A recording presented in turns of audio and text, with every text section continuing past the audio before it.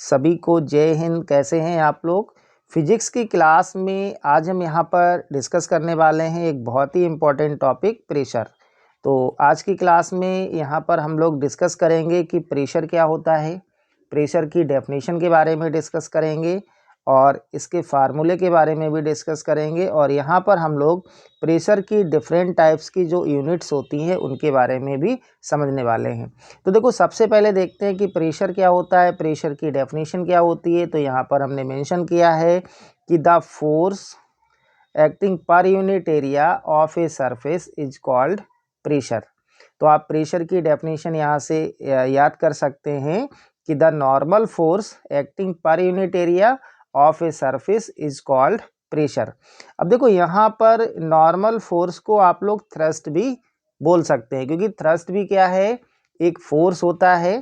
ठीक है, तो डेफिनेशन आप लोग यहाँ से कर लेंगे कि the normal force acting per unit area of a surface is called pressure. या आप इसको बोल सकते हो कि the thrust acting per unit area of a surface is called pressure.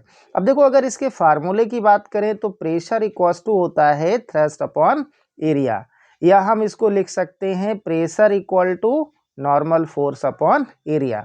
तो देखो, यहाँ पर इसका फार्मूला लिखा हुआ है कि प्रेशर इक्वल्स टू क्या होता है, P equals to F upon A. यहाँ पर लिख रखा है P equals to F upon ए।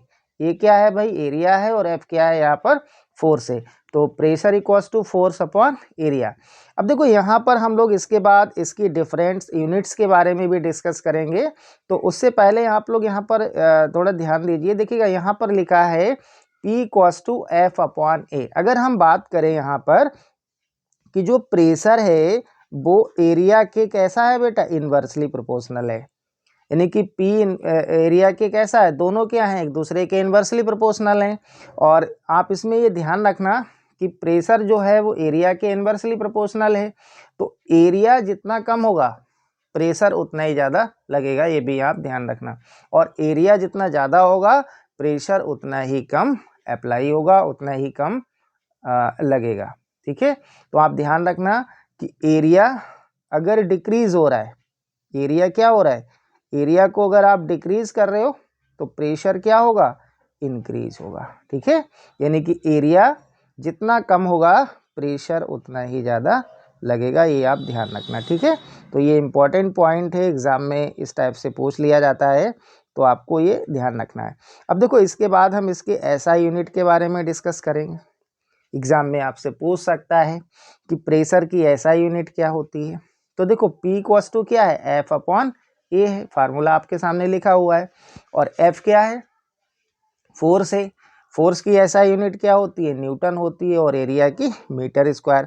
तो इसकी एसआई यूनिट क्या होगी, न्यूटन पर मीटर स्क्वायर, या हम इसको पास्कल लिख सकते हैं। पास्कल को PA से डिनोट करते हैं, तो आप ये ध्यान रखना। ठीक है, तो प्रेशर की एसआई यूनिट क्या हो जाएगी बेटा, न्यूटन पर मीटर स्क्वायर या पास्कल। ठीक है, अगर आपसे MKS यूनिट पूछता है तो MKS यूनिट क्या होगी, तो MKS यूनिट की अगर हम बात करें कि P equals to F upon A, और F इक्वल टू क्या होता है, ma होता है, यानी कि मास इनटू एक्सेलरेशन।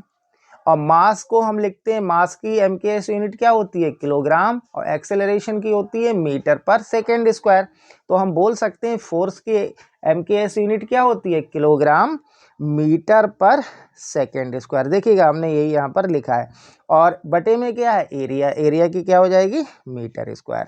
अब देखो, मीटर से मीटर यहाँ पर कैंसिल होगा, तो फाइनली जब हम इसको लिखेंगे तो ये क्या आएगा, किलोग्राम मीटर की पावर -1 और सेकेंड की पावर -2। ये आप ध्यान रखना। अगर आपसे CGS यूनिट पूछता है, प्रेशर की CGS यूनिट इंपॉर्टेंट है, एग्जाम में बहुत ज़्यादा पूछा जाता है। तो प्रेशर की अगर हम CGS यूनिट की बात करें तो देखो, प्रेशर की SI यूनिट क्या होती है, न्यूटन पर मीटर स्क्वायर। और CGS यूनिट क्या होगी, न्यूटन डाइन में चेंज हो जाएगा, मीटर सेंटीमीटर में चेंज होगा। तो ये क्या होगा, डाइन पर सेंटीमीटर स्क्वायर। या हम इसको लिख सकते हैं ग्राम सेंटीमीटर की पावर -1 और सेकेंड की पावर -2। अगर आपसे FPS यूनिट पूछता है, प्रेशर की FPS यूनिट क्या होती है, तो देखो प्रेशर की एस यूनिट क्या होगी, पाउंड फीट की पावर -1 और सेकेंड की पावर -2। देखिएगा इसको आप यहाँ से कंपेयर कर सकते हो। देखो CGS यूनिट क्या है प्रेशर की, ग्राम, और ग्राम किस में चेंज होगा भाई, पाउंड में चेंज होगा, सही है। और सेंटीमीटर फीट में चेंज होगा, तो यहाँ सेंटीमीटर की पावर -1 है तो ये फीट की पावर -1 हो जाएगा। सेकेंड -2 है तो ये सेकेंड -2 हो जाएगा। तो ये यूनिट्स आप ध्यान रखना, एग्जाम में यहाँ से पूछा जाता है। अब देखो इसके बाद हम इसकी क्वांटिटी और डायमेंशनल, अब देखो यूनिट्स के बाद यहाँ पर हम लोग देखेंगे कि प्रेशर की क्वांटिटी क्या होता है, एग्जाम में पूछता है प्रेशर कैसी क्वांटिटी है, तो आप ध्यान रखना प्रेशर स्केलर क्वांटिटी है, ठीक है। प्रेशर कैसी क्वांटिटी है, स्केलर क्वांटिटी है।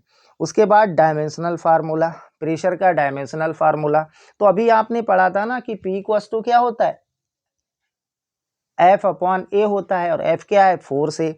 और फोर्स की डायमेंशन क्या होती है, mL/T-2। ये किसकी डायमेंशन होती है बेटा, प्रेशर की होती है। और डिवाइडेड बाय क्या था, एरिया, एरिया की डायमेंशनल फार्मूला क्या होगा, L2 होगा। अब देखिए L से इसकी पावर कैंसिल हो जाएगी, ठीक है, तो क्या लिख सकते हैं इसको, L देखो ऊपर जाएगा तो क्या होगा, L-1 T-2। तो अगर आपसे एग्जाम में पूछता है कि प्रेशर का डायमेंशनल फार्मूला क्या होगा, तो ये क्या हो जाएगा, mL-1 T-2। और देखो यहाँ पर इसके बाद हमने कुछ पॉइंट भी मेंशन किए हैं। तो देखो यहाँ पहला पॉइंट है कि 1 न्यूटन पर मीटर स्क्वायर को 1 पास्कल भी बोलते हैं, ये 1 पास्कल के इक्वल होता है। या हम इसको लिख सकते हैं 1 न्यूटन पर मीटर स्क्वायर, या 1 पास्कल इक्वल टू होता है 10 डाइन पर सेंटीमीटर स्क्वायर, ठीक है। तो आप ये ध्यान रखेंगे, इंपॉर्टेंट पॉइंट है, एग्जाम में पूछ लिए जाते हैं। और उसके बाद यहाँ पर लास्ट पॉइंट है 1 ATM, या इसको हम एटमॉस्फेरिक प्रेशर भी बोलते हैं। तो 1 ATM इक्वल टू, यानी कि 1 ATM की वैल्यू क्या होती है, 1.013 इंटू 10⁵ पास्कल। तो अगर आपसे पूछता है कि 1 ATM किसके इक्वल होता है, या 1 ATM की क्या वैल्यू होती है, तो 1.013 इंटू 10⁵ पास्कल। तो यहाँ पर प्रेशर से रिलेटिव जो भी इम्पोर्टेंट पॉइंट्स थे वो मैंने सभी यहाँ पर मेंशन किए हैं। क्लास आपको कैसा लगा आप लोग कमेंट करके ज़रूर बताएं।